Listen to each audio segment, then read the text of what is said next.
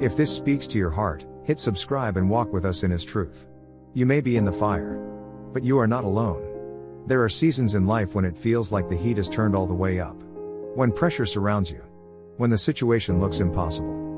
When obedience costs you comfort, safety, and approval. Moments when doing the right thing puts you in the hardest place. That's exactly where we find three young men in the book of Daniel. Shadrach, Meshach, Abednego. They were faithful. They were obedient. They were loyal to God. And still, they were thrown into the fire. Not because they did something wrong, but because they refused to bow.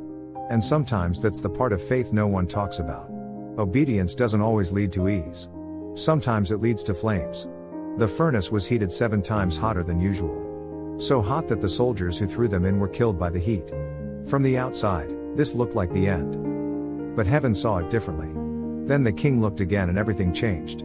Scripture says, "He answered and said, Lo, I see 4 men loose, walking in the midst of the fire, and they have no hurt, and the form of the fourth is like the Son of God." Daniel 3:25. Notice what he saw. Not 3 men, but 4. Not bound, but loose. Not burning, but walking. The fire that was meant to destroy them became the place where God revealed Himself. Sometimes God doesn't keep you out of the fire, He meets you in it. The fire didn't consume them. It didn't even singe their clothes. It didn't touch their hair. The only thing the fire burned were the ropes that bound them. And that's a word for someone listening right now.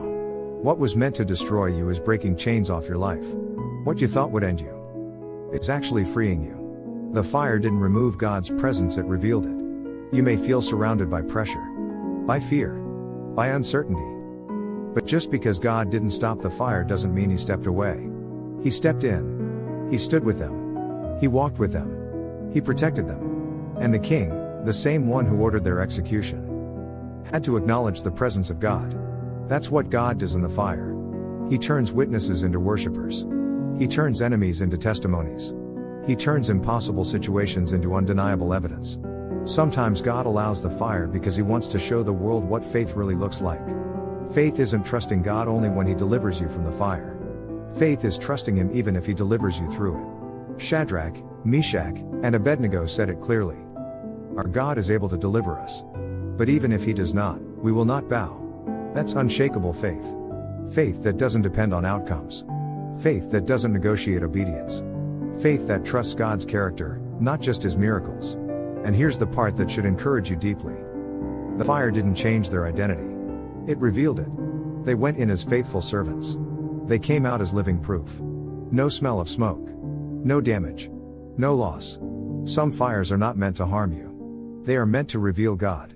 So if you're walking through a furnace season, where prayers feel tested, where obedience feels costly, where faith feels heavy, remember this: you are not alone in the fire. God is closer than you think. He is not watching from a distance. He is walking with you in the heat. And when you come out, because you will come out, the only thing missing will be what never belonged to you in the first place. The fear, the bondage, the chains. The fire will not have the final word. God will. And one day, like that king, those who doubted your faith will have to say, there was someone else in the fire with them. Because when God steps into the flames with you, the fire loses its power. You may be in the fire, but you are not alone. If this blessed you, please subscribe for more Bible truth.